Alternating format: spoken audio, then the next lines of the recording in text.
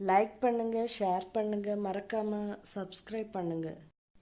கேரளா ஸ்டைலில் ஆப்பம் எப்படி சாஃப்டாக பண்ணுறதுன்னு இந்த வீடியோவில் நம்ம பார்க்கலாம். இதை கண்டிப்பாக வீட்டில் எல்லோரும் ட்ரை பண்ணி பாருங்கள். சிம்பிளாக தான் இருக்கும்.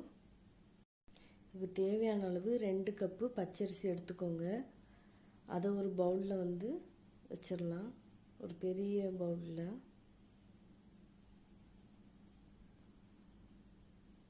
தண்ணி ஊற்றி நம்ம ஊற வச்சுக்கலாம்.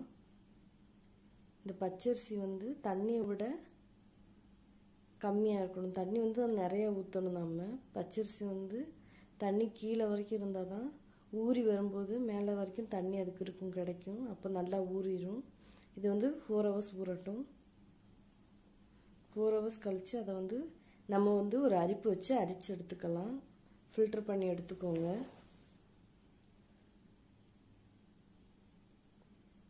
ஏன்னா இவ்வளோ தண்ணி நமக்கு தேவையில்லை.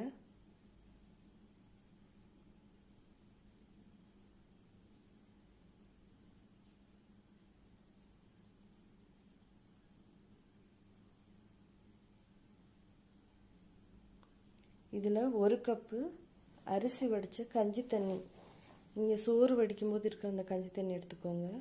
1 கப்பு தேங்காய் துருவினது வச்சுக்கோங்க. இந்த 3ஐயுமே சேர்த்து நாம் மிக்சியில் அரைக்கலாம். மேக்ஸிமம் உங்களுக்கு கஞ்சி தண்ணி இருக்கிறத வச்சே அரைச்சிக்கோங்க.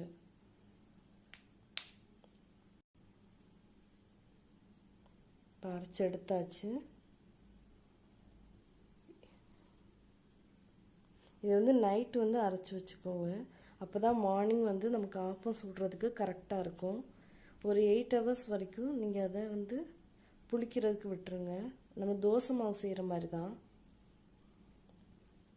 தோசை மாவு மாதிரி தான் இதுவும் நல்லா பொங்கி இருக்கும். காலையில் பார்க்கும்போது பாருங்கள், நான் 3/4 பவுலுக்கு தான் வச்சுருந்தேன் மாவு. ஆனால் இப்போ ஃபுல்லாக மாவு பொங்கி இருக்குது. பார்த்தாலே உங்களுக்கு தெரியும்.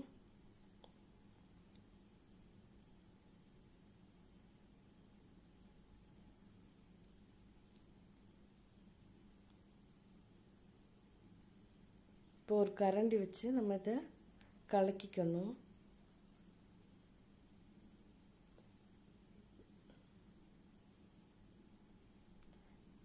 கரண்டி வச்சு நல்லா கலந்து விட்டுக்கோங்க. அது எப்படி புளிச்சு நுரைச்சி உள்ளே ஏர்லாம் இருக்கும், அதை ரிலீஸ் பண்ணி விடுங்க.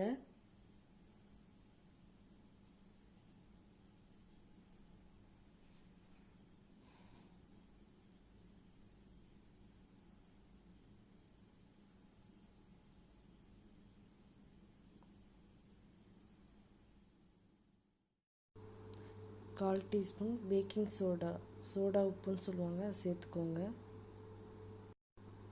3/4 டீஸ்பூன் உப்பு சேர்த்துக்கலாம். உப்பு சேர்த்துட்டு இந்த மாவு நல்லா மிக்ஸ் பண்ணி கலந்து விட்டுடலாம்.